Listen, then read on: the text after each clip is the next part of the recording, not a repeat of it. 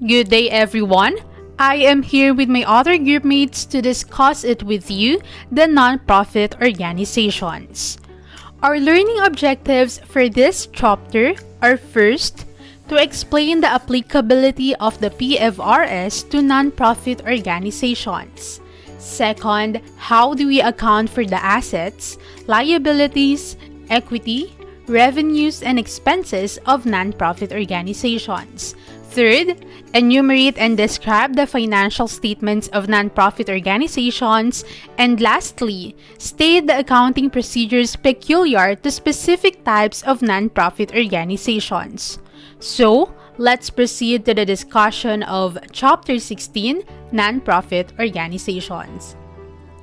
Remember, we have different accounting standards that are applicable to entities. In the Philippines, our standards are adopted from the International Financial Reporting Standards issued by the International Accounting Standards Board. And our version of the IFRS is what we call the Philippine Financial Reporting Standards. So, the IFRS or the PFRS is a set of accounting standards kung saan nagpro-provide ito ng guide on how particular types of transactions and other events should be reported in financial statements. By using this, ina-ensure nito yung consistency in recording, recognizing, and measuring financial transactions, which, if followed properly, ina-ensure nito yung stability and transparency throughout the financial reporting process of the entity. However, these standards are not only applicable to profit-oriented entities, but also to non-profit organizations, though they are the entities that perform charitable services by accepting funds from the general public. These standards would help them regulate activities and encourage the proper use of funds and would assist them in preparing financial statements and performing engagements. Accordingly, although yung IFRS or the PFRS ay in-establish for the purpose of applying it sa mga transactions ng profit-oriented entities, sinasabi na itong mga standards na ito ay maaari ring mai-apply sa mga transactions and other events na mai-incur ng non-profit organizations. Usually, it is evidenced by the following excerpts from the IFRS or PFRS. First, IFRS are designed to apply to the general purpose financial statements and other financial reporting of profit-oriented entities. Although the IFRS are not designed to apply to not-for-profit activities, entities with such activities may find them appropriate. So, usually, ina-apply yung mga standards under IFRS sa report na pine-prepare ng profit-oriented entities, which is the general purpose financial statements and other reports. But, if it may be useful or the non-profit organizations may find it appropriate na i-apply yung mga standards sa kanilang report, therefore, ina-allow naman yung application ng standards, like the standard IFRS 9 Financial Instruments. Under this standard, ine-specify nito how an entity should classify and measure financial assets, financial liabilities, and some contracts. Therefore, the IFRS 9 would not only be applicable to profit-oriented entities but also to non-profit organizations. Second, PAS 1 presentation of financial statements uses terminology that is suitable for profit-oriented entities. If entities with not-for-profit activities apply PAS 1, they may need to amend the descriptions used for particular line items in the financial statements and for the financial statements themselves. So, under the PAS 1, it sets out the overall requirements for financial statements. Second, PAS 1 presentation of financial statements uses terminology that is suitable for profit-oriented entities. If entities with not-for-profit activities apply PAS 1, they may need to amend the descriptions used for particular line items in the financial statements and for the financial statements themselves. So, under the PAS 1, It sets out the overall requirements for financial statements, including how they should be structured, the minimum requirements for their content, and overriding concepts. So, sa standard na ito, gumagamit sila ng mga terminologies na suitable lang para kay profit-oriented entities.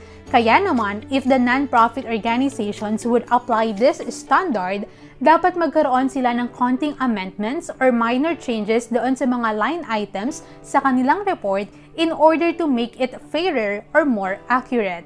Since some terminologies are only applicable to profit-oriented entities, that is why they need to make minor changes na applicable sa kanila. Lastly, IFRS generally do not have scope limitations for not-for-profit activities. Although IFRS are developed for profit-oriented entities, a not-for-profit entity might be required or choose to apply IFRS. So, yung IFRS ay wala namang sinet na restrictions on the applicability ng mga standards for non-profit organizations. And even if yung mga in-establish na standards ay for the purpose of applying it sa mga transactions and other events ng profit-oriented entities, si non-profit organizations may sometimes required na gamitin yung IFRS and they may choose to apply it in their transactions and other events. And from the foregoing statements, it is an evidence na regardless kung anong form of business yung nag-e-exist, whether sole proprietorship, partnership, corporation, or cooperative, and regardless of the purpose whether for profit or not-for-profit entity, is still yung mga standards under IFRS or PFRS can still be used or applied to each form and purpose of entity. And remember, these all have differences and unique characteristics, such as in the case of the form of the business wherein in some instances, may mga similarities sila but the differences arises sa kung paano nila ina-account yung equity. And the same scenario applies in terms of for-profit and not-for-profit entities, kung saan may difference din sila on how to account for the equity. Next one is the current trend in practice. In practice, there are similarities sa accounting for non-profit organizations and accounting for businesses. But difference arises sa mga terminologies na ginagamit nila sa kanilang financial statements. Kung saan, kapag nga in-apply ng not-for-profit entities yung past one presentation of financial statements is nagkakaroon sila ng minor modifications or changes sa particular line items to suit for their purpose, presentation, and disclosure of equity. And such modifications then would tend to make the financial statements of non-profit organizations more accurate. Under the current trend in practice, nabanggit dito si non-profit organizations in the private sector, which is ino-organized sila as non-stock or non-profit corporations. Meaning, these are any entities which have been incorporated under the law of its jurisdiction for purposes other than making profits for its owners or shareholders. Therefore, such corporations, nire-require sila na mag-file ng audited financial statements to the Securities and Exchange Commission. So, the audited financial statements na ifa-file nila, naka-include dito yung auditor's report, which is ito yung document or written letter containing the auditor's opinion on whether a corporation's financial statements comply with the standards, which is the IFRS. So, here's the example of auditor's report kung saan upon auditing the financial statements nung non-profit organizations, the auditor concluded that the entity complied with the standards. So sa report na to, ini-state lang ni auditor yung opinion niya on whether the organization complied with the IFRS. So, example 1, auditor's report. The example given here is an excerpt from an independent auditor's report on published audited financial statements of a non-profit organization. So here's the opinion made by the auditor, and he stated, "In our opinion, the financial statements give a true and fair view of the financial position of the organization as at 31 December 2012, and of its financial performance and its cash flows for the year then ended in accordance with the International Financial Reporting Standards." But what if there's an absence of standards that specifically applies to a transaction or other event of a non-profit organization? Or the standard is silent regarding sa kung ano yung magiging treatment or presentation ng entity for that particular transaction. So just like sa kung ano yung ginagawa rin ng profit-oriented entities in the same case, ang maaari ring gawin ni entity is mag-resort doon sa exemptions provided under PAS 8, accounting policies, changes in accounting estimates and errors, and the example of that is the hierarchy of financial reporting standards. So this hierarchy of guidance would help the non-profit organizations na ma-determine sa kung anong magiging treatment and presentation nila sa kanilang mga transactions. Under the hierarchy of guidance, the entity may choose either of the three. First, requirements of current standards dealing with similar matters. Second, definition, recognition criteria and measurement concepts for assets, liabilities, income, and expenses in the conceptual framework for financial reporting. And lastly, most recent pronouncements of other standard-setting bodies that use a similar conceptual framework, other accounting literature, and accepted industry practices. So, under the example number 2, modified statement of compliance. Dito, in-state lang sa example na ito yung naging basis ng organization sa treatment and presentation nila sa kanilang mga transactions and other events in absence of IFRS standard. So, pakibasa na lang po natin on our own. Now, let's proceed to the characteristics of a non-profit organization. So, si non-profit organization or tinatawag din siyang not-for-profit entity or non-commercial organization is a group organized for purposes other than generating profit, or meaning, ang purpose nila is not to generate profit, but rather to provide a public benefit and social cause, such as in the form of educational institutions, hospitals and other healthcare providers, religious institutions, professional bodies, sports, social or literary clubs, and other forms of charitable institutions. Although non-profit organizations are not driven by a profit motive, they must collect revenues that help them further a specific social cause. The main sources of income for non-profit organizations are donations from individuals, corporations, and foundations. Non-profits may also receive sponsorship for specific projects being undertaken from corporations, government funding, merchandise sales, and even private investments. And if there are surplus doon sa revenue na na-earn ng entities, no part of the organization's income is distributed to its members, directors, or officers, or there is no distribution of dividends, and thus nare-retain yon sa organization in the furtherance of their mission. Usually, yung mga non-profit organizations ay qualify sila for tax-exempt since they do not have intention of making profit. And after that, now what are the PFRS principles applicable to non-profit organizations? As stated a while ago, naging standards under the IFRS or PFRS na applicable kay profit-oriented entities kung saan ine-specify yung recognition, measurement, the recognition, presentation, and disclosure requirements ay maaari ring gamitin or i-apply kay non-profit organizations. And here are the examples. First one is the recognition criteria for the assets and liabilities of the non-profit organizations. First, if it meets the definition of an asset or liability. Second, probable inflow or outflow of resources. And lastly, reliable measurement of cost or other value. Example, the fair value. So, just like the recognition criteria for the profit-oriented entities, magre-recognize tayo ng assets and liabilities for non-profit organization if na-meet nito yung recognition criteria for assets and liabilities.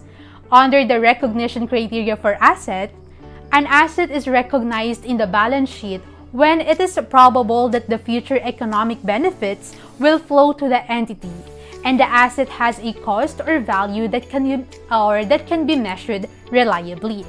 Whereas, the recognition criteria for liabilities is that a liability is recognized in the balance sheet when the item meets the definition of a liability, wherein it is necessary that there's a present obligation that arises from past events, and also it is probable that an outflow of resources embodying economic benefits will result from the settlement of a present obligation, and the amount at which the settlement will take place can be measured reliably.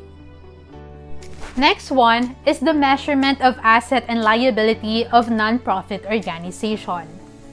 Just like sa measurement requirement for the assets and liabilities ng for-profit entities, initially, minimeasure natin yung assets and liabilities ng non-profit organization at cost, except na nga lang kapag nire-require ng standard na i-measure yung assets and liabilities at fair value or some other value.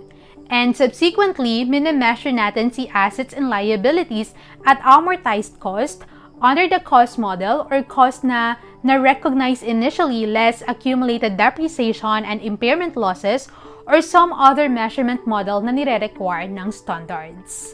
Next one is the recognition of asset or liability for non-profit organization.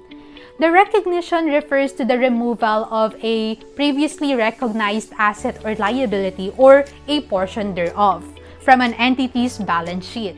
And magde-recognize tayo ng assets and liabilities ng non-profit organizations when in case of assets, no future economic benefits can be expected from its use or it ceases to provide inflow. Or in the case of liabilities, magde-recognize tayo only when it requires outflow of resources to settle the obligation or when it is extinguished, such as when it is discharged, waived, cancelled, or it expires. The difference between the carrying amount and net proceeds or net settlement, if any, is recognized in change in net assets. Lastly, the presentation of financial statements. Just like the presentation of financial statements under the profit-oriented entities, non-profit organizations should also follow this requirement. It is to make the financial statements useful to the users, kaya kailangan i-adopt ng entity yung mga qualitative characteristics of financial reporting. It should therefore follow the presentation requirements for financial statements since nire-require na yung financial and operating information is i-public so that donors and other sources of their funds can see how their contributions are being used and would help them make an informed judgment. So, here's the following attributes that non-profit organizations must adopt in preparing and presenting their financial statements. So, here's the general features. First, fair presentation and compliance with PFRS, going concern, accrual basis, materiality and aggregation, offsetting, frequency of reporting, comparative information, and lastly, consistency of presentation. So just a reminder that in the succeeding discussion about non-profit organizations, nakabase yung mga accounting principles na ginagamit nila under the rules explicitly specified by US GAAP, Statement of Financial Accounting Standards Number 116, Accounting for Contributions Received and Contributions Made, and Statement of Financial Accounting Standards Number 117, Financial Statements of Non-Profit Organizations or Not-for-Profit Organizations. However, the principles provided under US GAAP might not have the same authority as the PFRS, but still, pwede pa rin silang i-adopt and i-utilize in conjunction with the PFRS to the extent that they do not contradict the PFRS para makapag-provide ng more valuable financial information to users of non-profit organizations' financial statements. Moreover, disclaimer lang para hindi tayo malito na in this chapter, mas magpo-focus tayo sa non-profit organizations in the private sector and thus non-profit organizations in the public sector are outside the scope of this chapter. So, after the discussion about the PFRS principles that are applicable to non-profit organizations, now let's proceed to the accounting for non-profit organizations. Here, we have two ways of accounting for nonprofit organizations: the fund theory-based financial statements and fund accounting-based financial statements. However, most of the financial statements of nonprofit organizations ay nakabased sila sa fund theory. And under this, it places greater importance sa custody and administration ng funds na nare-receive ng organizations, whether from donations or other sources of their funds. With that, nire-require na magkaroon ng disclosure about sa mga transactions para makapag-provide ng information sa mga relative users nila, such as the donors and other sources of their funds, to see how their contributions are being used and to help them make an informed judgment or decision as to whether to donate again or mag-raise ng funds for these organizations. On the other hand, the fund accounting. So, yung PFRS or the Statement of Financial Accounting Standards number 117, Financial Statements of Not-for-Profit Organizations, is hindi naman nire-require na gamitin yung method na ito, and at the same time, hindi rin naman sila pinoprohibit. Under this, unlike sa fund theory kung saan nga it places a greater importance sa custody and administration doon sa funds, dito sa fund accounting or dito sa accounting for non-profit organizations na ito, mas nagbibigay sila ng focus on the funds itself. Kaya, it is accounted and presented sa books ng non-profit organizations based on their classification as either unrestricted, temporarily restricted, and permanently restricted. And later on, Mr. Gavino will discuss these three restrictions based on donor. Moreover, the following are some of the notable differences of fund theory and fund accounting. In fund theory-based financial statements, it focuses on the reporting entity concept, or under this concept, it determines the entity who is required or chooses to prepare financial statements. Thus, the accounting unit under this is the organization as a whole. Whereas in fund accounting-based financial statements, it views the entity as being made up of component parts. Thus, the accounting units are the various funds held. Here, their focus is on the funds itself and not the custody and administration of their funds. Next one, under fund theory, it adheres to the accounting point of view of providing useful information to external users. Since such users of information are the sources of their funds, therefore, it is necessary that they must provide a useful information for their decision-making process. While fund accounting adheres to the bookkeeping point of view of providing useful information to managers. So, the difference between the two is that under fund theory, the information is directed towards the external users, whereas in fund accounting, the information is directed to internal user, which is the manager. Another difference is that under the fund theory, the term funds is more commonly used to refer to the net assets, while the term funds in fund accounting, it is used to refer to specific funds consisting of cash and other non-cash assets. Moreover, fund theory provides disclosures on the types of restrictions on net assets and revenues, like for example, unrestricted, temporarily restricted, or permanently restricted. Whereas fund accounting focuses on classifying assets, net assets, and changes in them is strictly in accordance with their fund classifications, like unrestricted, temporarily restricted, or permanently restricted. Lastly, fund theory is the current trend, which is ito yung ginagamit natin in today's time sa accounting for non-profit organizations. Whereas the fund accounting is traditional, or it is used before in accounting for non-profit organization. So, here is Mr. Gavino for the continuation of the report. Now, let's talk about contributions. Yung mga non-profit organizations nga ay directed towards providing the needs of the members of the society like educational, religious, social, cultural, or charitable services and are not directed towards earning profit from those services. So funds are really coming from contributions and donations. They provide for the society without expecting anything in return, which is really good.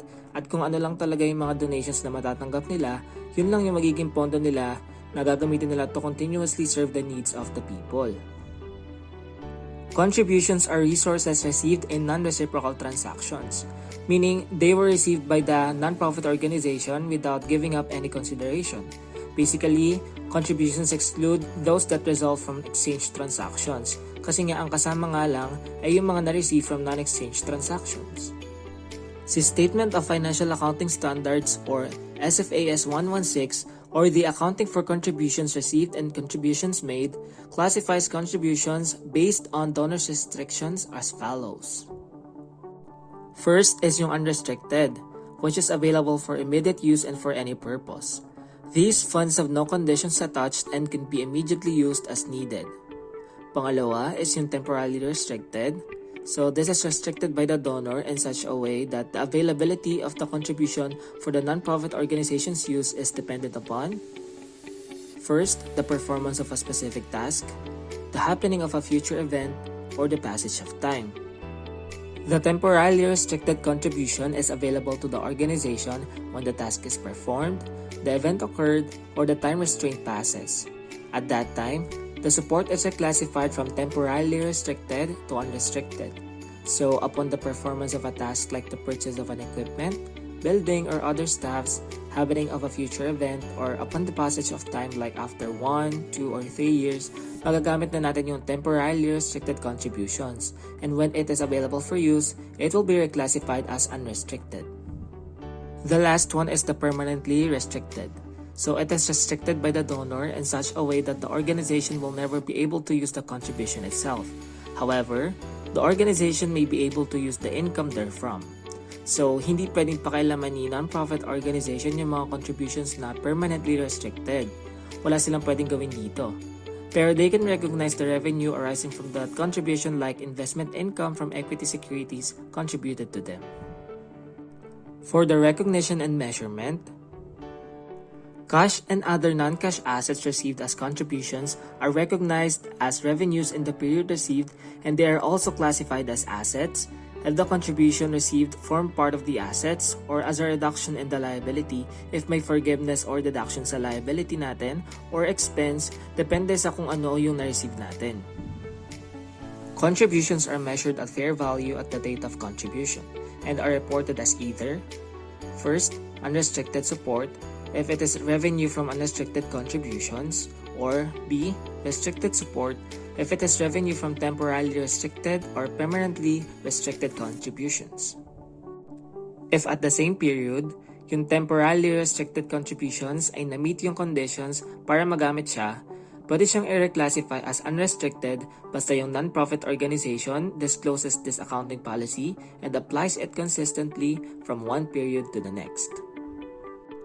Unrestricted support increases unrestricted net assets, while restricted support increases either temporarily restricted net assets or permanently restricted net assets. Basically, yung revenues or resources received from unrestricted contributions ay nagpapataas doon sa balance ng unrestricted net assets or funds. Meanwhile, yung revenues or resources received from restricted contributions naman ay nagpapataas sa balance ng either temporarily restricted net assets or permanently restricted net assets. Let us have an illustration. A non-profit organization receives cash of 200,000 and land with a fair value of 1 million to be used at the entity's discretion. First, let us analyze the illustration. The NPO received cash and land na pwede nilang gamitin at their own discretion or sa kahit anong kailangan nila. So, it is definitely unrestricted dahil wala namang restrictions imposed and pwede rin nilang gamitin agad. So, the journal entry to record the unrestricted support received is debit to cash, 200,000, debit to land, 1 million pesos, credit to contributions revenue unrestricted support, 1,200,000 pesos. Kailangan talaga i-assess whether the contribution received is unrestricted, temporarily restricted, or permanently restricted. Kasi nagbabago yung account title ng contribution received depende kung saan nagpa-fall na category yung contribution na yon. For the next illustration, on January 1, 20X1, Entity A a non-profit organization receives the following donations. Cash of 2 million pesos to be used to acquire a truck. The truck will be used in Entity A's outreach programs. Investment in equity securities with a fair value of 500,000 to be held indefinitely. Only the investment income shall be used by Entity A in its operations. On December 31, 20X1, Entity A acquires a truck for 2,200,000 pesos and receives cash dividends of 60,000 from the securities. So, the cash of 2 million pesos is a temporarily restricted support since it cannot be used other than for the purchase of a truck. And yung investment in equity securities for 500,000 naman ay permanently restricted dahil hindi pwedeng galawin ng entity yung equity securities pero they can benefit from the dividend income derived from it. So, to record the contributions received, debit cash, 2 million pesos, and credit to contributions revenue, temporarily restricted support, 2 million pesos. And investment in securities debit, 500,000, and credit to contributions revenue, permanently restricted support, 500,000. To record the purchase of the truck and receipt of dividend income from the investment in equity securities, debit to transportation equipment truck, 2,200,000, and credit to cash, 2,200,000. And debit to cash, 60,000, and credit to dividend income, 60,000. Now, for the unconditional and conditional promises. Unconditional promises. Yung unconditional promise to give cash or other non-cash assets ay nire-recognize lang pag yung unconditional promise to give ay na-receive na from the donor. It is categorized as temporarily restricted contribution since it is received in a future time or through passage of time. Kumbaga, may promise na kasi. We just have to wait kung kailan ba siya tutuparin ganon. And pag naging doubtful of collection, nagkakaroon tayo ng allowance for uncollectability. Conditional promises. In the case of conditional promises to give, nire-recognize lang sila pag yung attached conditions ay substantially met na or the possibility that the conditions will be met is reasonably certain. And in cases naman na na-receive na yung promised contribution before the attached condition is substantially met, nagre-recognize muna tayo ng liability hanggang sa maging substantially met na yung condition. Let's have an illustration for unconditional and conditional promises. On January 1, 20X1, Entity A receives a formal promise from donor X to donate 1 million pesos. For case 1, the donation is unconditional and is to be received on February 14, 20X1. Sa January 1, 20X1, magre-record tayo ng debit to donations receivable 1 million pesos and credit to contributions revenue temporarily restricted support 1 million pesos. And upon receipt of the contribution on February 14, 20X1, magde-debit tayo to cash 1 million pesos and credit to donations receivable 1 million pesos. When the effect of time value of money is material, receivables shall be measured at present value. For case 2, the donation is conditioned on the submission of a detailed formal plan for a proposed project. As of January 1, 20X1, the plan is not yet substantially complete. So, wala tayong journal entry dito. The conditional promise will be recorded when the attached condition is substantially met. For case 3, on February 1, Entity A receives the promised contribution before the attached condition is substantially met. On February 1, 20X1, we record debit to cash, 1 million, and credit to liability for refundable advance, 1 million.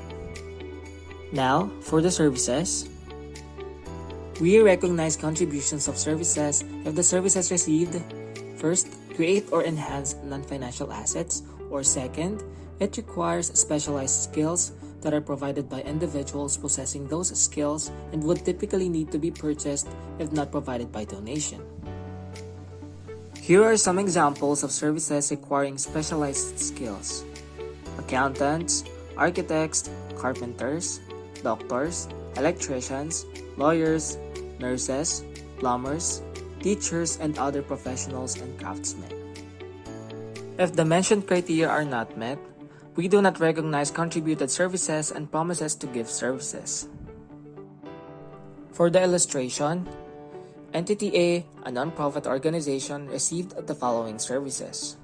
First, carpenters repaired the ceiling of Entity A's office for free. The fair value of the services is 20,000 pesos.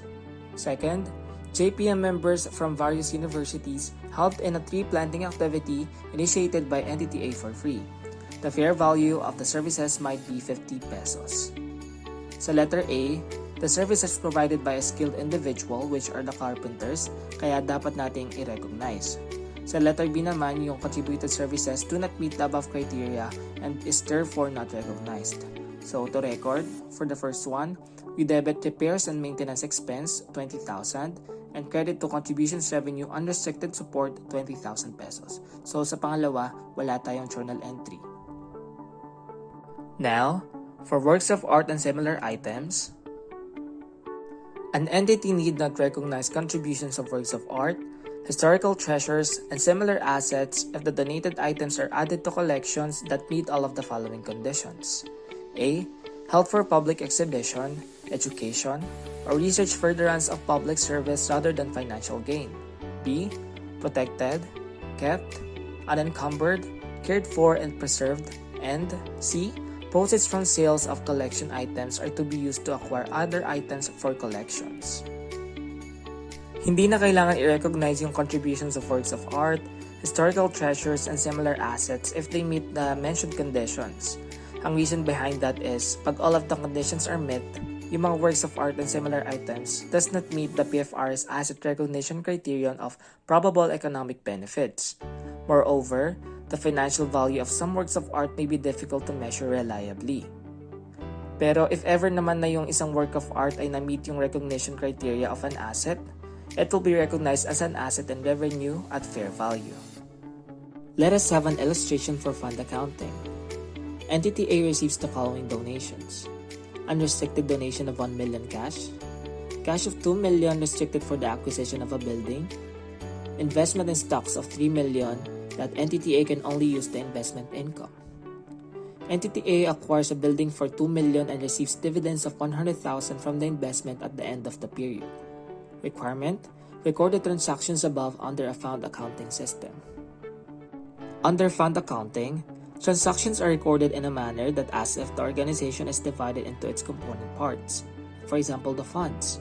Accordingly, transfers between the funds are viewed as accountable events that are recorded through journal entries. So, transactions will be recorded in the respective funds concerned or dun sa mga unrestricted, temporarily restricted, and permanently restricted. To record the unrestricted fund received, we debit cash 1 million and credit to contribution revenue 1 million. To record the temporarily restricted fund, we debit cash 2 million and contribution revenue 2 million. And to record permanently restricted fund received, we debit investment in stocks 3 million and credit contribution revenue 3 million. And to record the funds released from temporary restriction, sa unrestricted fund magre-record tayo ng cash 2 million and net assets released from restrictions 2 million. And to record funds released from temporary restrictions sa may temporarily restricted fund, we debit net assets released from restrictions 2 million and credit cash 2 million.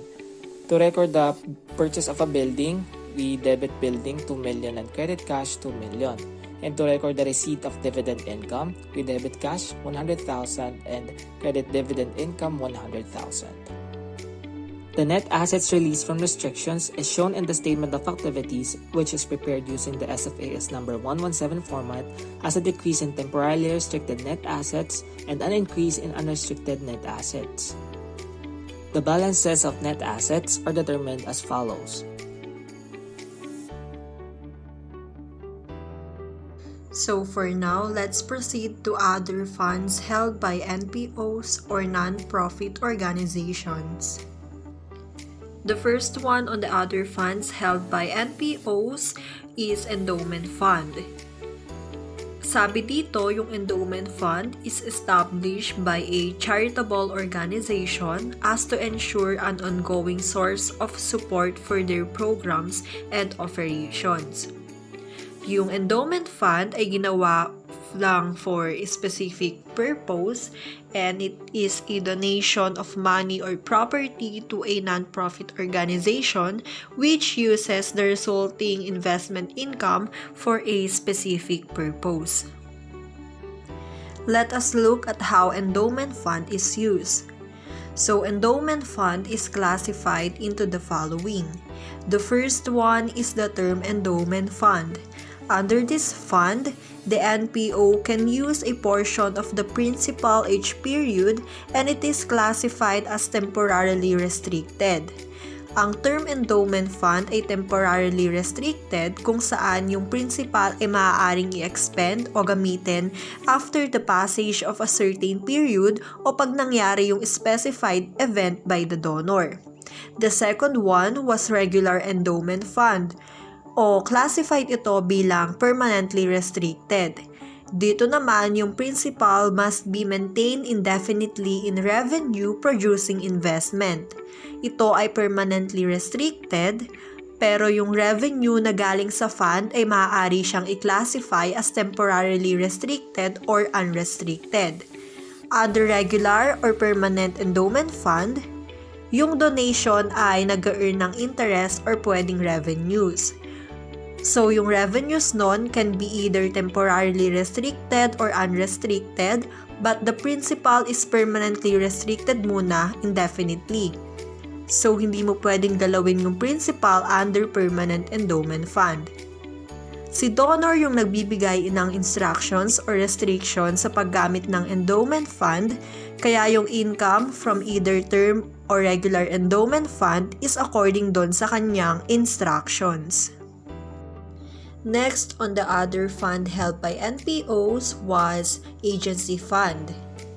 Under agency fund, ito ay ginagamit para i-account yung mga assets held by NPO acting as a custodian. Accordingly, yung agency fund is to be reported as both an asset and a liability as the NPO or non-profit organization has no equity in the fund. For example nga dito sa agency fund, an educational institution may receive funds from the CHED or Commission on Higher Education to be disbursed as student loans. And other common examples of agency funds ay yung faculty professional organizations, fraternities, and other independent organizations na yung mga yon is closely connected sa school or sa university. Next, other fund held by the NPOs was plant fund.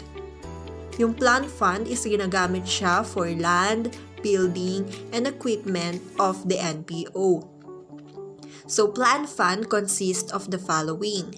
Yung una, sa unexpected funds for the acquisition of plant assets, ito yung mga unexpected resources na galing sa iba't ibang sources na ginagamit to finance the acquisition of plant assets. Letter B, yung funds for the renewal and replacement of plant assets. Ito naman yung mga funds na inililipat or tinatransferred to finance maintenance and replacement of any physical assets. Letter C, funds for the retirement of indebtedness, kung saan yung interest and principal payments and other debt service charges related or relating to plant fund indebtedness. And last one, letter D, investment in plant assets. Ito yung all long-lived assets except doon sa endowment and similar funds. So last one on the other funds held by NPO ay yung tinatawag na board designated fund or also called as quasi-endowment. These are restricted at the sole discretion of the NPO's governing board or board of trustees. Funds that are internally restricted are classified as unrestricted. Only contributions with donor-imposed restrictions are classified as restricted. So, yung board-designated fund is inestablished ng governing board ng NPO. Ito ay unrestricted. Ito ay ginagamit para i-report yung resources that the university rather than the donor. Yung principal and income of these funds ay maaaring gamitin or i-utilize at the discretion of the university. So, para mas maintindihan po lahat ng tinutukoy namin sa aming report, meron po tayo ditong mga illustration. So, for illustration number 1, It is all about on classifying the contributions of NPO from charitable contributions or donations. An NPO disclosed the following.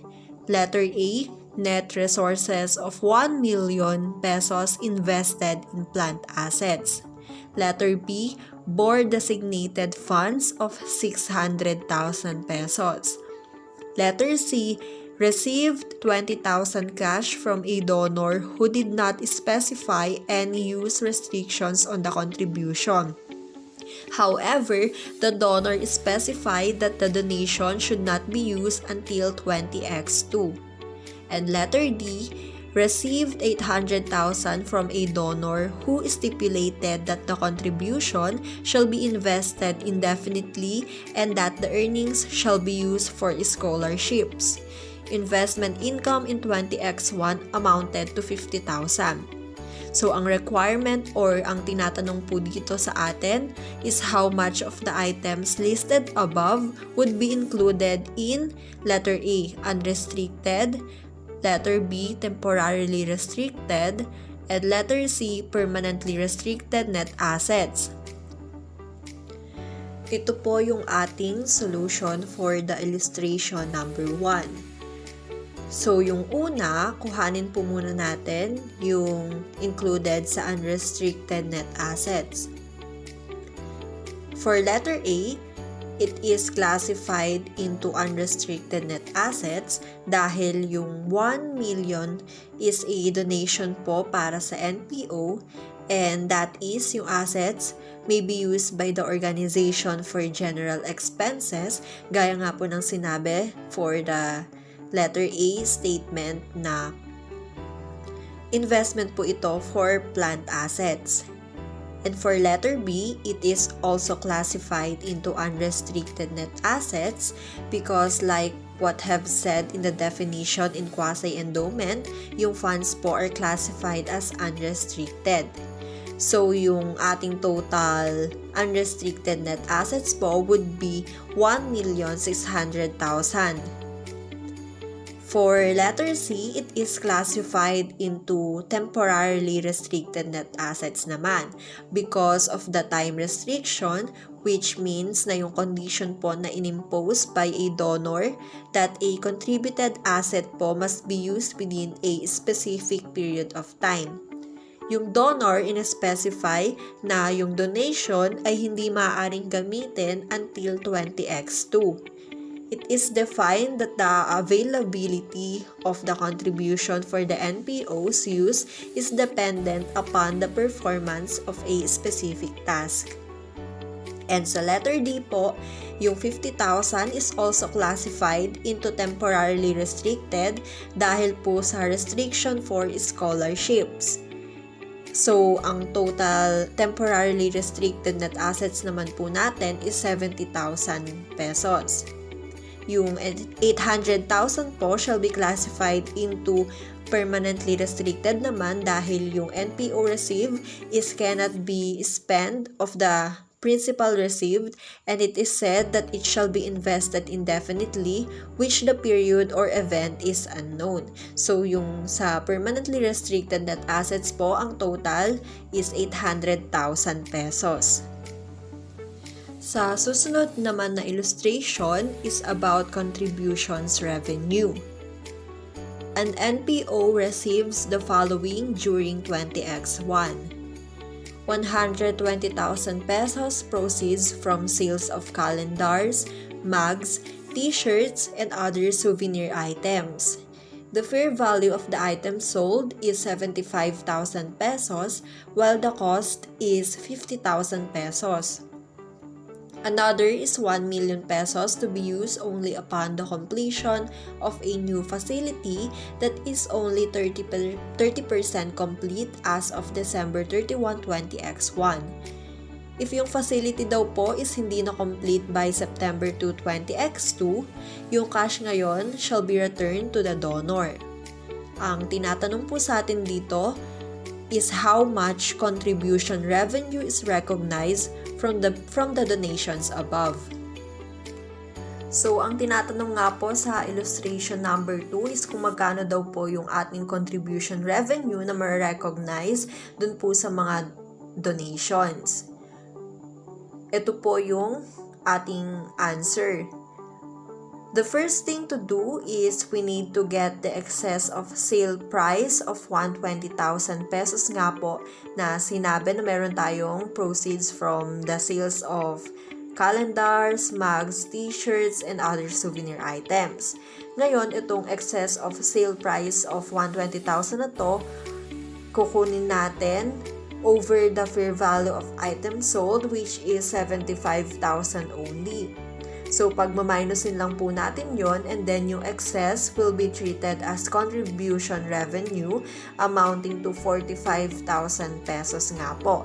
And itong contribution revenue natin, it is also classified into unrestricted. Yung 1 million pesos po, hindi po siya included sa total revenue to be recognized dahil yung condition po was not yet done or met. Mare-recognize lang po yun as a liability or sa refundable advance.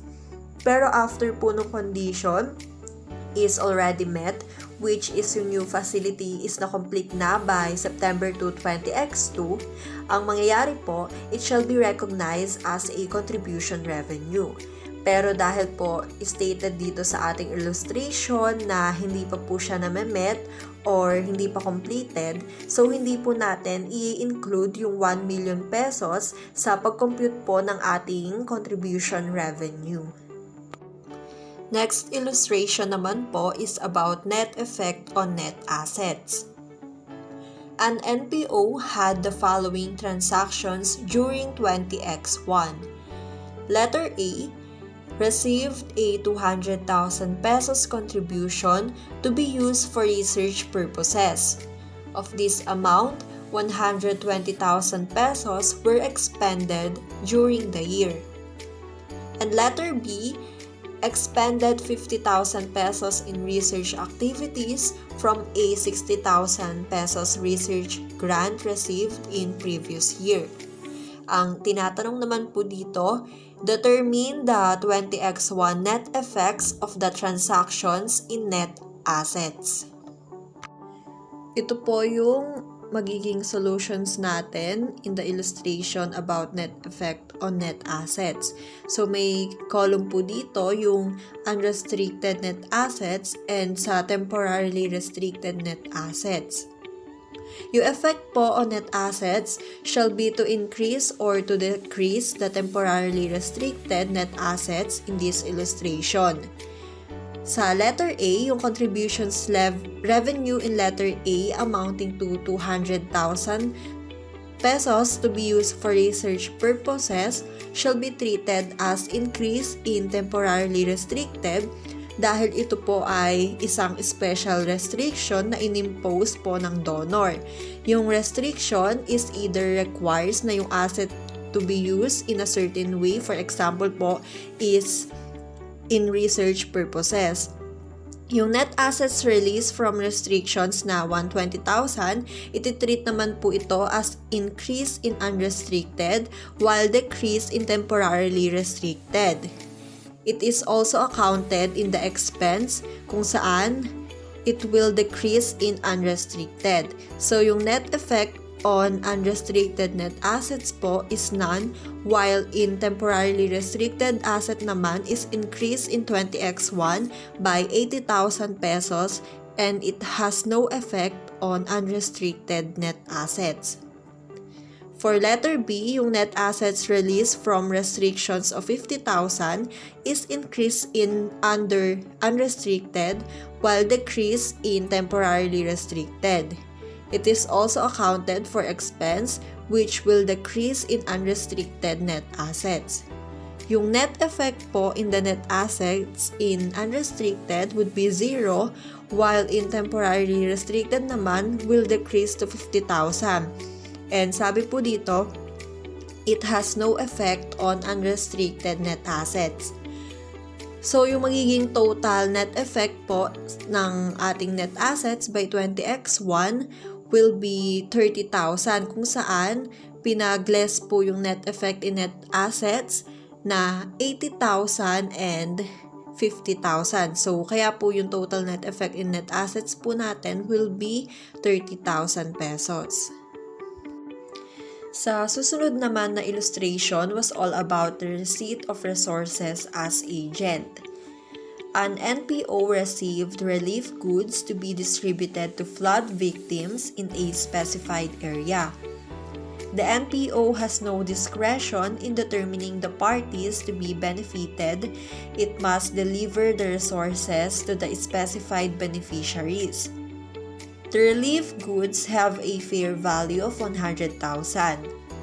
How much contributions revenue shall be recognized on the goods received? So, ang answer po is none.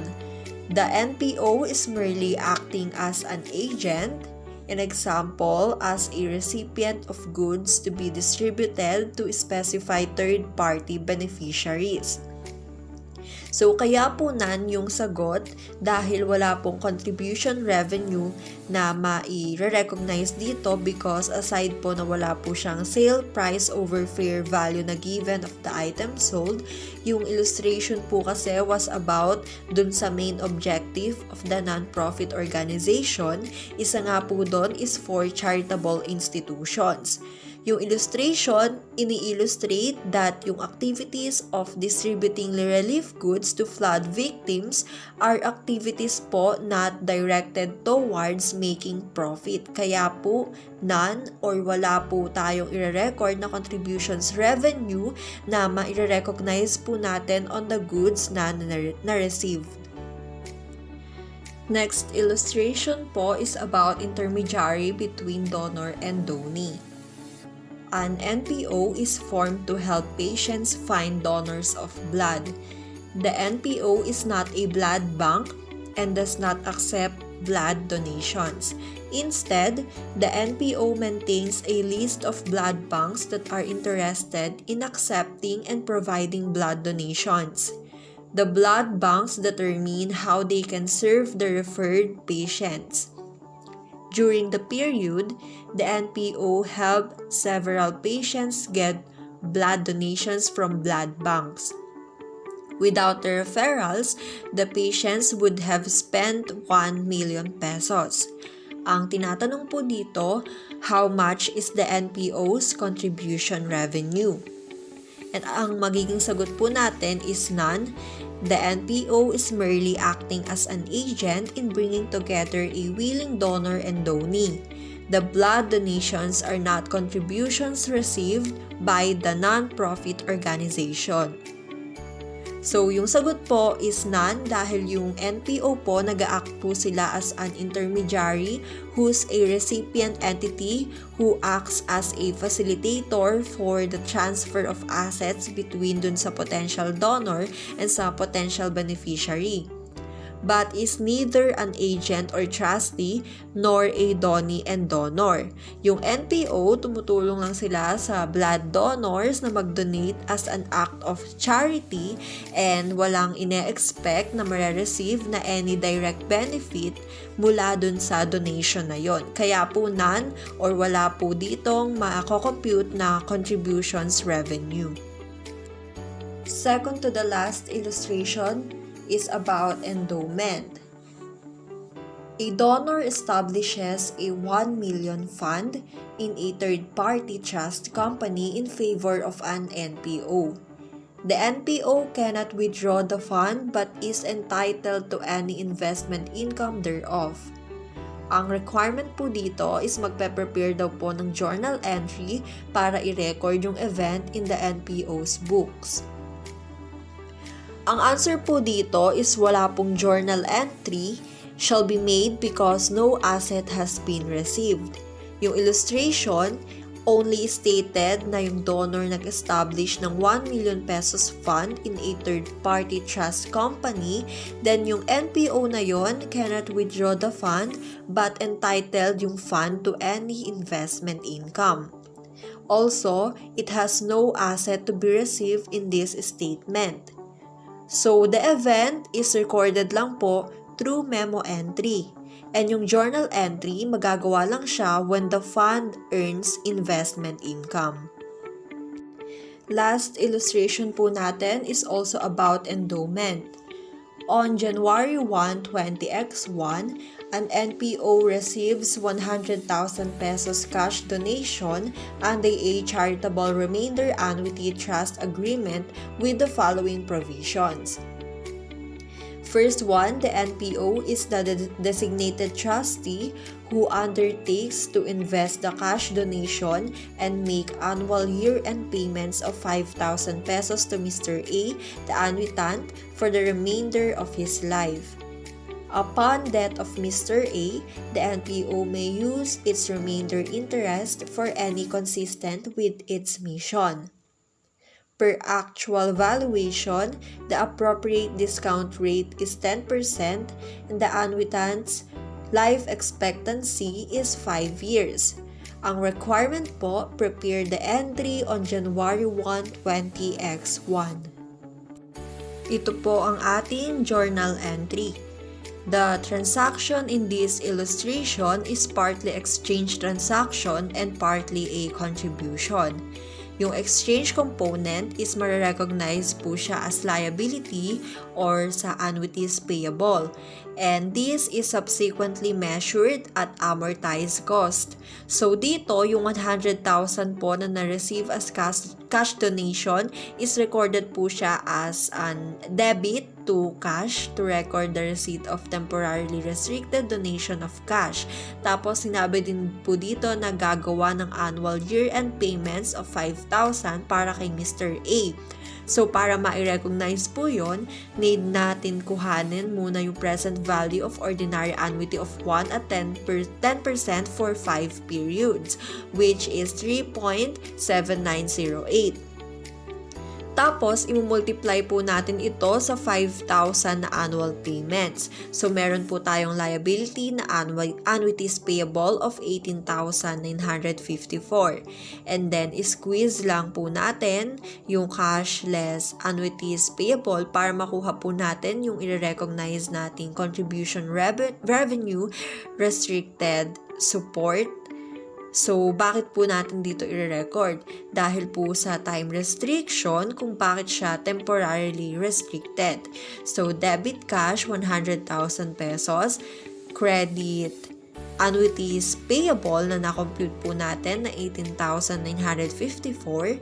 And then, credit contributions revenue, temporarily restricted support na 81,046 pesos. Let's proceed to the deferral method of recognizing contributions. According po dito sa book, yung deferral method is similar to the provisions of PAS 20 accounting for government grants and disclosure of government assistance in such a way that income from donations is recognized based on the matching concept. Under the deferral method, ang nagsuggest po nito ay yung Chartered Accountants of Canada para sa unrestricted contributions na natanggap ng NPO. Ang deferral method nga daw po ay katulad sa sinasabi sa PAS 20. And then may binabanggit po dito na base daw po ito sa matching principle yung income na galing po from donation. Ano ba pag sinabing matching principle? So yung matching principle po, ibig sabihin nito na yung accounting for government grants uses matching concept such that if yung related expense is not yet recognized, income is not also recognized. So under deferral method, yung mga restricted contribution is nire-recognize natin at initially as liability. An example nga po ay sa deferred revenue. At nire-recognize naman natin as revenue in the same period lang din kung yung related expenditure or expense na yung contribution is intention natin i-reimburse are occurred. Para po mas maintindihan, meron po tayong dalawang illustration dito that illustrates the deferral method Canadian GAAP. So, ito po yung unang illustration. On February 15, 20X1, an NPO receives 2 million pesos cash donation conditioned on the acquisition of a truck. Dito po sa illustration, sinabi na nakatanggap daw ng 2 million pesos na donasyon si NPO at ito ay naka-condition on the acquisition of a truck. So dahil nga nakatanggap ng cash si NPO, magkakaroon po tayo ng debit to cash na 2 million pesos. And credit naman po sa deferred revenue na 2 million pesos din dahil nagkaroon po tayo dito ng restricted contribution. So, dinideferred muna po siya and recognized as revenue na in the same period as the related expenses are incurred. And for last illustration, the NPO acquires a truck for 2 million pesos on January 1, 20x2. The truck will be depreciated over a 10-year useful life using the straight line method. So, dito naman po yung NPO nag-acquire or bumili ng truck for 2 million pesos noong January 1, 20x2. Ngayon, yung truck is magde-depreciate ng 10 years and makakompute po natin ito using the straight line method. So, first, ito muna po yung entry for acquiring a truck. Debit po to transportation equipment truck and credit cash, since yung cash donation natin natanggap kanina ay ipambabayad na po natin. So, credit para po maibawas dun sa cash natin, amounting to 2 million pesos. And for December 31, 20x2 naman po, dito i-record na natin yung depreciation ng truck. Yung 2 million, kung magkano yung acquisition price ng truck, is i-divide po natin siya sa useful life ng truck, which is 10 years. So, magde-debit po tayo ng depreciation expense na 200,000 and credit accumulated depreciation amounting to 200,000 also. Then, magre-record po tayo ng debit to deferred revenue. Kaya magde-debit po tayo niyan is para mabawasan yung ni-record nating liability kanina sa deferred revenue na 2 million. And credit po sa contributions revenue of 200,000 also. Let's now proceed to financial statement of NPO. Financial statement of NPO. A complete set of general purpose financial statement of an NPO consists of the following. Based on PFRS, which consists of statement of financial position, statement of activities, statement of cash flows, and notes. Based on SBAS number 117, is a statement established standard for general purpose external financial statement provided by a not-for-profit organization. This consists of statement of financial position, statement of activities, statement of cash flows, and notes. Statement of financial position. The statement of financial position shows information on assets, liabilities, and net assets. Statement of financial position ng profit and non-profit organization is similar lang sa isa't isa, but the difference is yung net asset section ng statement of financial position ng NPO, pinalitan niya yung equity sa profit organization. So the statement of financial position of NPO will be made of three main sections, which is asset is what organization owns, liabilities what organization owes, and net asset will be the NPO equity. Yung net asset divided into net asset with and without donor restriction, which is the classification of asset. The classification of net assets. SBAS number 117 requires the reporting of net asset in the statement of financial position according to the following classifications. First, unrestricted net asset. Pag sinabi natin unrestricted net asset, meaning there were no donor restrictions. Ibig sabihin is yung use ng asset o paggamit nito is not restricted by donors or available anytime na gamitin. Second, temporarily restricted net asset. Ito naman yung mga asset whose use are limited by donors to either specified purpose or later date. Meaning, yung restriction niya is either kailangan magamit siya sa ganitong activity or program lang dapat, or yung restriction is mariremove after time period has passed. Third, permanently restricted net asset. It's yung asset na whose use of asset is for a specific purpose. Just like sa temporary, ang pinagkaiba lang is walang specified time period. So, PFRS-based financial statement may present net asset using the classification above, either on the statement of financial position or in the notes.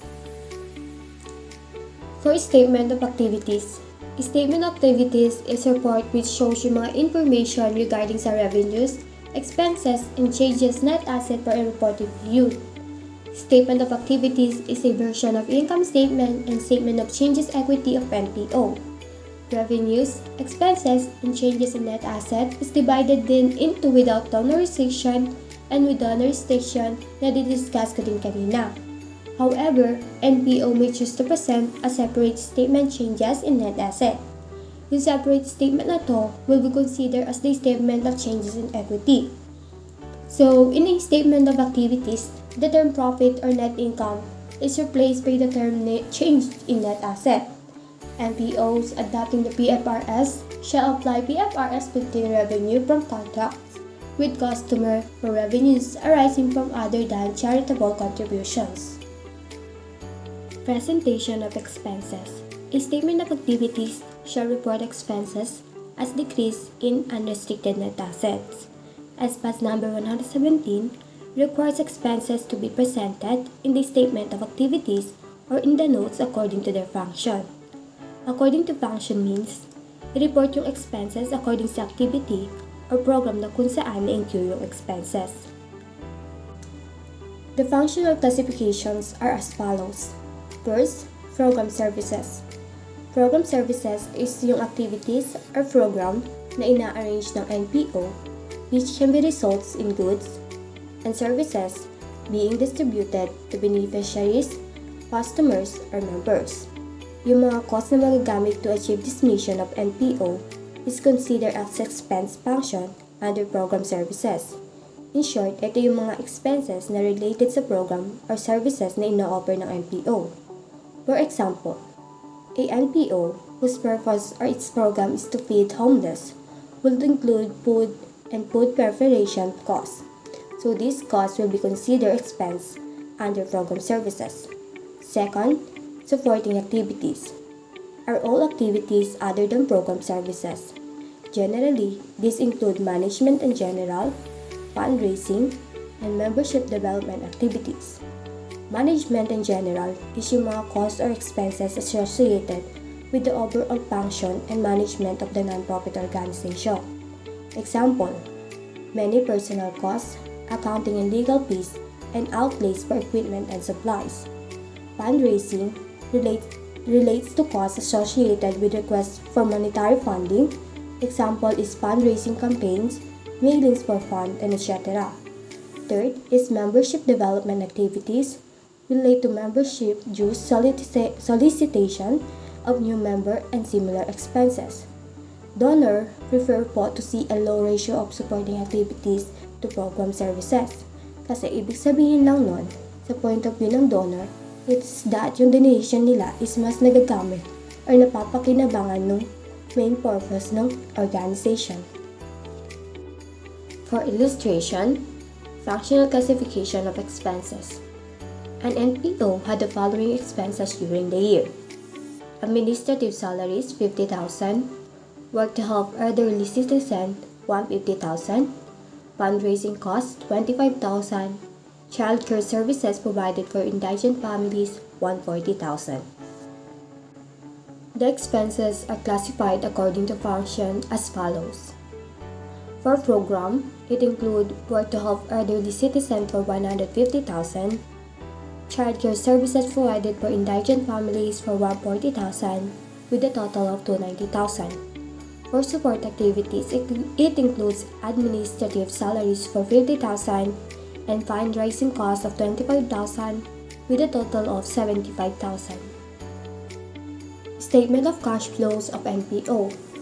The statement of cash flow of NPO is similar to that of business entity and can also be prepared using the direct or indirect method. Just like in Statement of Financial Position, the Statement of Cash Flows of NPO is similar lang din sa Statement of Cash Flow ng isang business entity na kung saan nire-report o nagkukontain ng information about cash inflow and outflow. Using the direct method, determine the changes in cash receipts and payments. And if using indirect method, it adds and subtracts changes in asset and liability accounts to determine implied cash inflow. Restricted assets acquired during the period that are used for long-term purposes because of donor restrictions are classified as financing activities. Illustration of statement of cash flows. An NPO had the following cash flows during the year: 50,000 unrestricted contributions, 600,000 from fundraising activities to support current operations, 100,000 from a donor who stipulated that the money be spent in accordance with the wishes of the NPO's governing board, 200,000 cash dividends restricted for the purchase of equipment, 200,000 on acquisition of equipment using the cash dividends above, 300,000 from a donor who stipulated that the contribution be invested indefinitely. Income from the contribution may be used in furtherance of NPO's missions. To present the item above in a statement of cash flows, for operating activities, unrestricted contribution 50,000, fundraising activities to support current operations 600,000, unrestricted contribution for board designation 100,000, with a total of net cash flows from operating activities 750,000. For investing activities, it includes acquisition of equipment of 200,000. For financing activities, it includes cash dividends restricted for acquisition of equipment 200,000. Permanently restricted contribution 300,000. Both are restricted, so consider siya as financing activities. Net cash flow from financing activities 500,000. Total net cash flows during the period is 1,050,000 because we less the investing activities kasi isa siyang cash outflows. Let's proceed to accounting procedure peculiar to specific types of NPOs. The principle that we have discussed so far apply to all types of NPOs. In this section, we will discuss accounting procedures unique to specific types of NPOs. For this purpose, we will subdivide NPOs into the following. First, healthcare organizations. Second, private, non-profit, colleges, and universities. Third, voluntary health and welfare organization. Fourth, other non-profit organizations. For healthcare organizations, healthcare organizations include hospitals, clinics, medical group practices, individual practice associations, individual practitioners, emergency care facilities, laboratories, surgery centers, other ambulatory care organizations, continuing care retirement communities, health maintenance organization, home agencies, nursing homes, and rehabilitation centers. In accordance with AICPA, Audit and Accounting 16 requirements unique to healthcare organizations. First, components of a complete set of financial statements. Second, presentation of revenues in the statement of operations. Third, presentation of contributions in the statement of operations. Last, disclosure of performance indicator.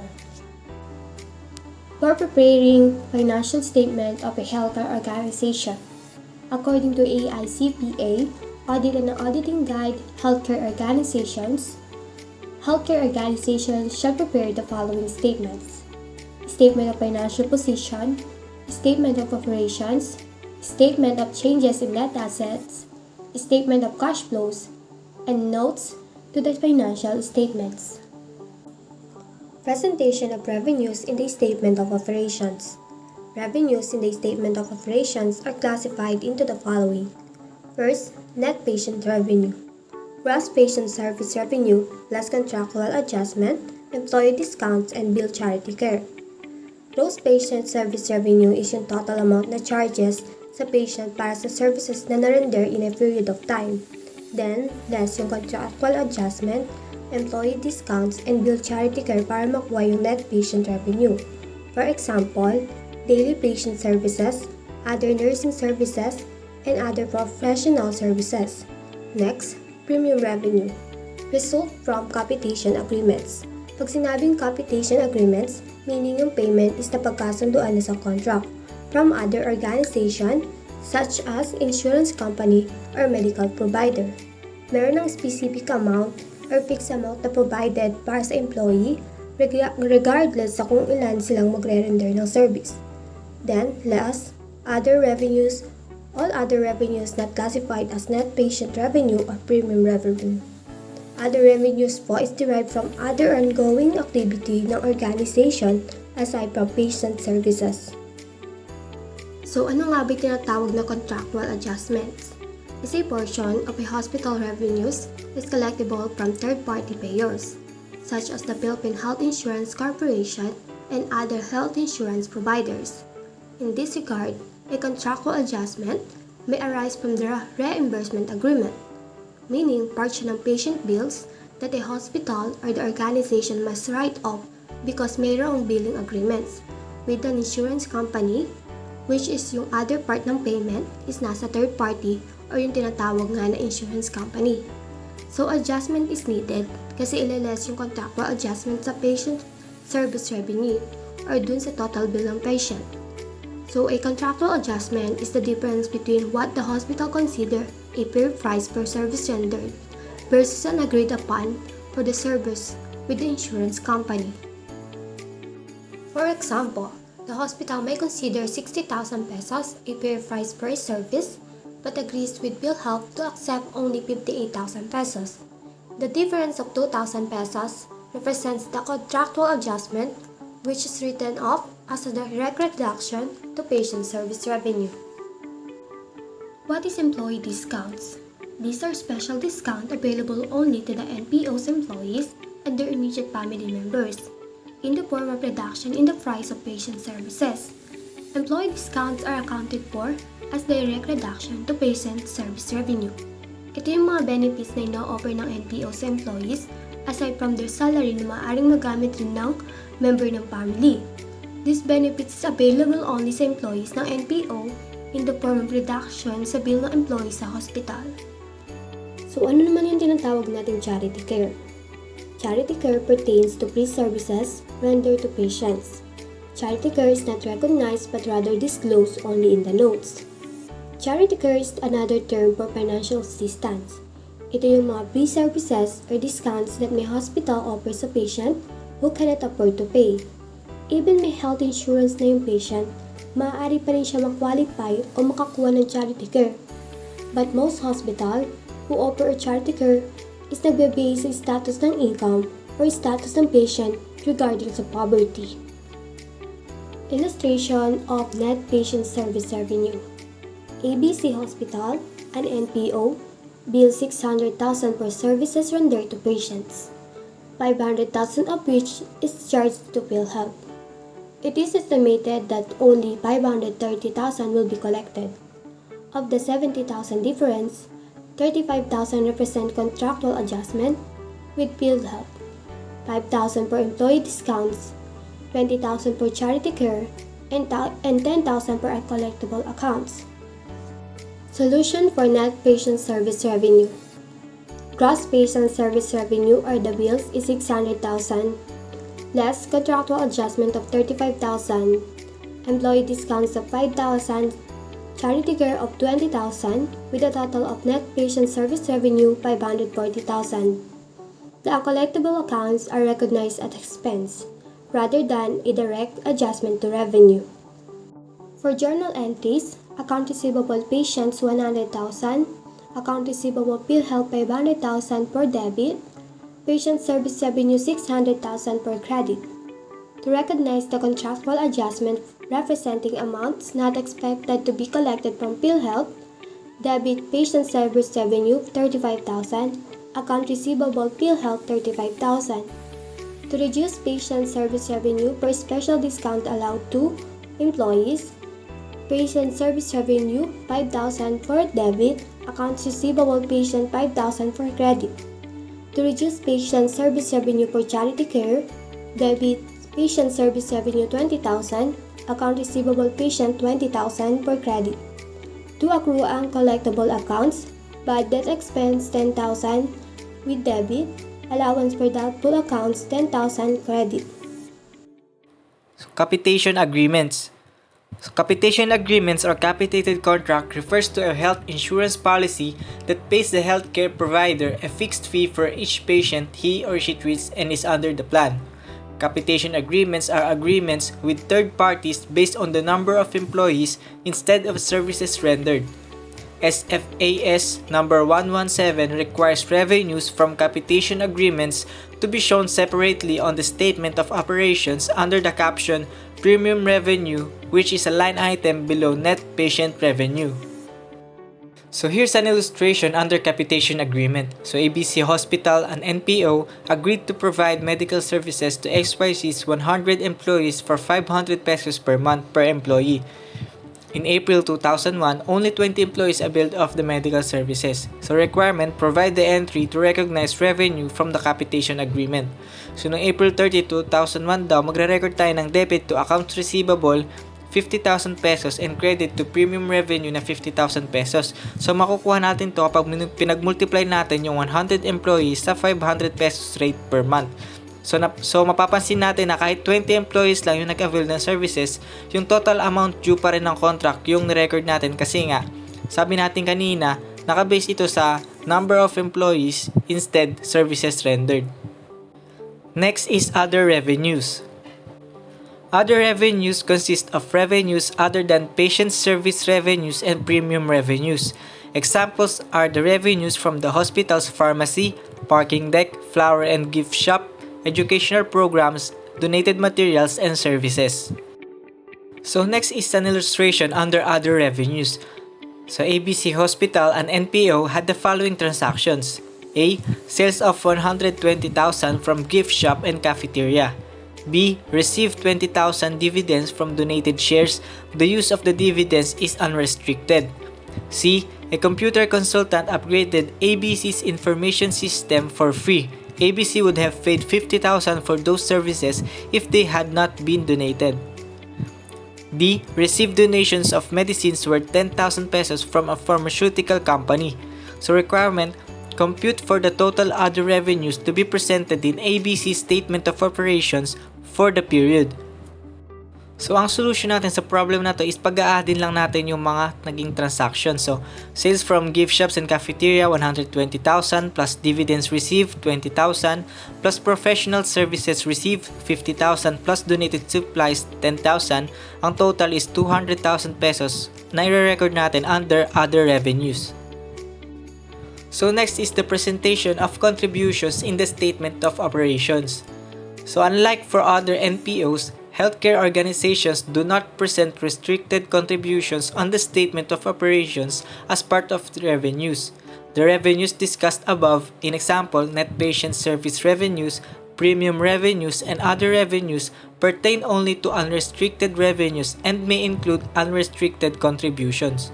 So revenues from unrestricted revenues may be separately indicated as such or included in the other revenues classification. Revenues from restricted contributions, on the other hand, are presented separately at the bottom part of the statement of operations after unrestricted revenues and expenses. So here's an illustration under restricted contributions. So ABC Hospital, an NPO, had the following receipts during the year. Net patient revenues 1 million, premium revenues 200,000, sales from canteen 300,000, investment income 50,000, contributions to be used in renovating the hospital 400,000. So requirement, how much is reported as total revenue in the revenue section of the statement of operation. So ang answer dito is 1,550,000 na makukuha natin kapag pinag-add natin yung net patient revenue na 1 million, premium revenue na 200,000, sales from canteen na 300,000, and investment income na 50,000. So yung restricted contribution na 400,000 is i-represent separately from the revenue section of the statement of operation. Next, disclosure of performance indicator.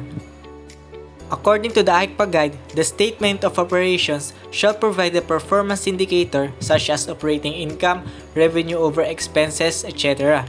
The policy used in determining the performance indicator shall be disclosed in the notes. On the other hand, unrealized gains and losses on investments in securities not a part of the performance indicator but shall be reported on the Statement of Operations after the performance indicator. Next is the private, non-profit, colleges and universities. The accounting procedure that is unique to private, non-profit, colleges and universities is the accounting for scholarships and fellowships. So the concepts are provided below. A. Scholarships and fellowships granted freely are treated as direct reduction of revenues from tuition and fees. Example, academic scholarship. B. Scholarships and fellowships granted as compensation for services rendered by the grantee are treated as expenses. Example, scholarships provided to student assistants and faculty members on their dependents. And C. Refunds of tuition fees from class cancellations and other withdrawal of enrollment are treated as direct reduction of revenues from tuition and fees. So next is an illustration on net revenues from tuition and fees. For the current semester, ABC University, an NPO, assessed its student 1 million for tuition and fees. Additional information follows. Student scholarships granted to academic scholars 50,000, student scholarship granted to student assistants 120,000, refunds for class cancellations and withdrawals of enrollment 20,000, and estimated uncollectible accounts 80,000. So requirement, how much is the net revenue from tuition and fees? So solution sa problem natin is total assessment of tuition fees 1 million less student scholarship granted to academic scholars 50,000 less refunds for class cancellations and withdrawals of enrollment 20,000. Makukuha natin yung net revenues from tuition fees na 930,000. Next is voluntary health and welfare organizations. So voluntary health and welfare organizations or VHWO are non-profit entities that derive their revenues primarily from donations from the general public to be used for purposes connected with health, welfare, or community services. Examples include women and children health and welfare societies, human rights advocates, environmental protection organizations, religious organizations, and so on. So what distinguishes a VHWO providing healthcare services from a healthcare organization is the source of revenue rather than the type of services provided. A VHWO derives its revenues from donations from the general public while a healthcare organization derives its revenues from patients.